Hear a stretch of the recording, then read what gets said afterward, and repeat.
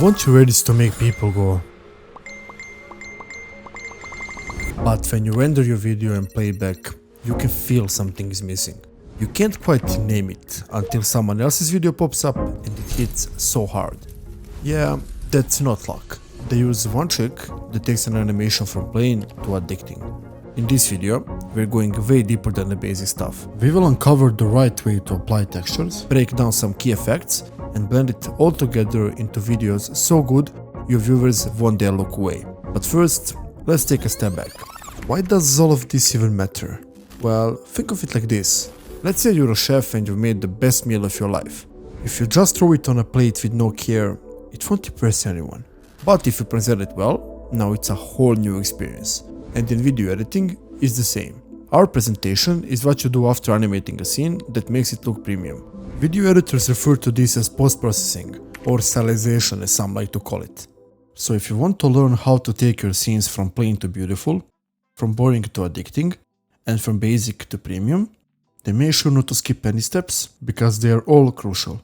I'll also leave the project file for this scene and all the assets in my Discord server, so you can follow along. Alright, now that you know that, let's take a look at our video. My composition size is 1920 by 1080. I have my animation set up here. It looks fine, but it's missing some post-processing. And what better way to kick things off than start with textures. They are one of those details you don't really notice when they're there, but you'll definitely feel it when they're missing. So where do you get good textures? Personally, I use Texture Labs and Film Composite. Honestly, it's because they're free, but they offer a lot as well. Film Composite is more focused on animated stuff, so I'll stick with Texture Labs in this tutorial because I need PNGs. Let's search for some light textures. This really depends on your scene, so take your time choosing. There's nothing interesting here. This one looks really good, so let's go ahead and open it. We can see there's different options for the size. I usually download 4K, there's no point going higher than that in my opinion. Some textures have 8K as well. Let's download it and import it into our timeline. It's 4K, so we obviously need to scale it down to fit our composition. But how can we make sure we apply it the right way? I'll get into this in a second. Let's first rename it to Light Texture. To apply it, right click it, go to blending mode, screen. We got way more detail right away, but I want it to be a bit more subtle. Here's where most people mess up. Never reduce your textures with opacity. And why? Let me show you. Here's an example of a texture with lower opacity. Yeah, it's weaker, but it also lost a ton of detail. That's not what we want. So how do we fix this? We're gonna use curves instead. Apply the effect to your texture layer. Now you can adjust the strength without losing the detail. Most people get confused with this effect, so here's an easy way to understand it. Pulling up the midpoint brightens midtones, and pulling down the curve will darken the shadows. Play around until it looks right to you, but if it's hard to nail it, try the auto button. After Effects will apply a curve that they think is right, and then you can start working from there. But this graph worked for me, and just like that, your scene has way more life. Textures made a difference, but it's easy to see our composition is boring. So, to figure out how to make it look better, we need to go back to the basics. The first thing we can notice is that our composition feels static. This is one of the most common mistakes beginners make. You never want your scene to stay completely still. There should always be at least a bit of movement adding to the overall feel. And how can we add movement in the simplest way possible? We're gonna do that with two adjustment layers. Go to Layer, New, Adjustment Layer, and duplicate it. Let's add another color so we can tell them apart. Hide the top layer for now. I'll name the bottom layer Shake. And I will add a preset called Wiggle Position that's built into After Effects. Wiggle amount controls how strongly the scene shakes, and wiggle speed how frequently it does so. I think a more subtle shake fits here, so I'll leave it at 1. And I'll set the wiggle amount to 5. Also, if you see black bars around your video, we need to add the motion tile effect to our animation layer. And that fixes it. Now we have a subtle shake over the whole composition. But we also want to add a slow zoom effect so it doesn't stay still. Bring back the top layer and rename it to Zoom In. Apply a transform effect and let's add a keyframe for scale.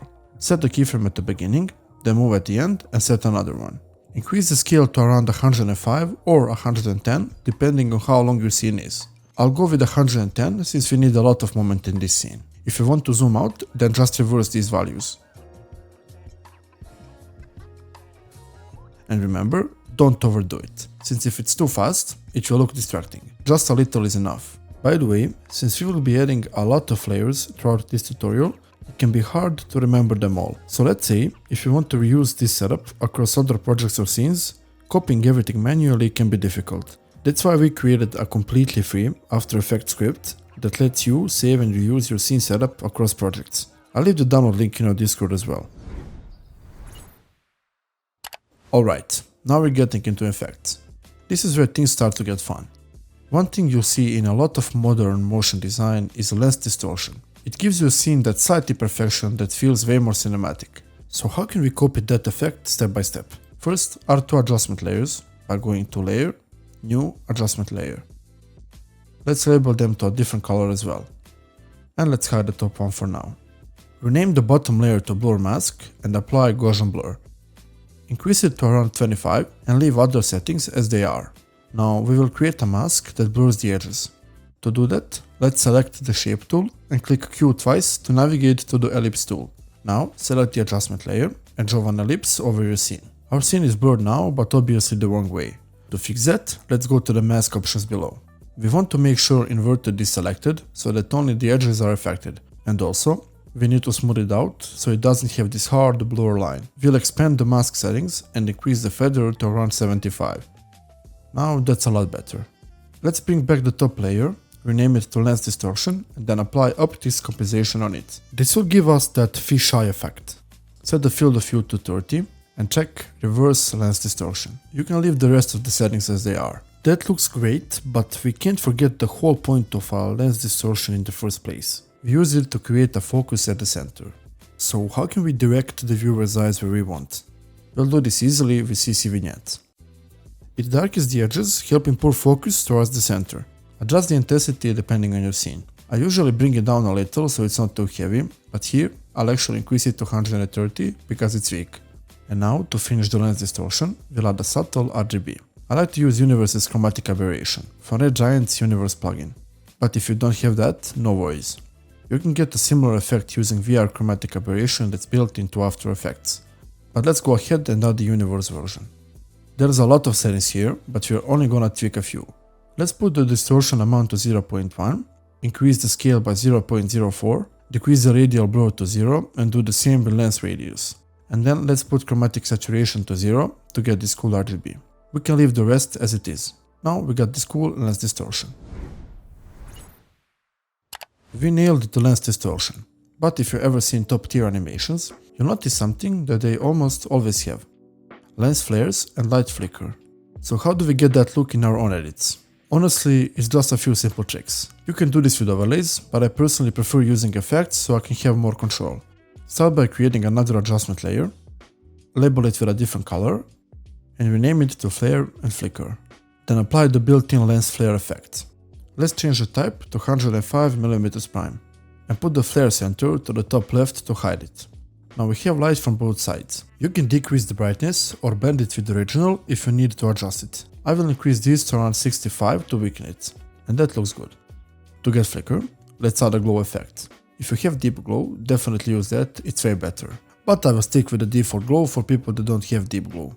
Let's increase the glow radius to the max, and lower the intensity by a bit. You want it to pop, but not overpower everything. Now, here's the fun part. Alt-click on the threshold stopwatch to open the expression panel. Then type this in. Wiggle, open parentheses, 5,4, close parentheses. To edit the amount of the glow, change the second value. If you want to edit the speed, then change the first value. But I think this works for this specific scene. Now your animation flickers in a cool, organic way. If you want more flicker, you can also add brightness and contrast. Then alt-click on the brightness and paste the same expression. Then play with the settings until you're satisfied. That looks great. Alright, this part is super important. It's probably the most crucial step in the whole process. Color grading. Check this out. Here's the same scene, side by side with and without color grading.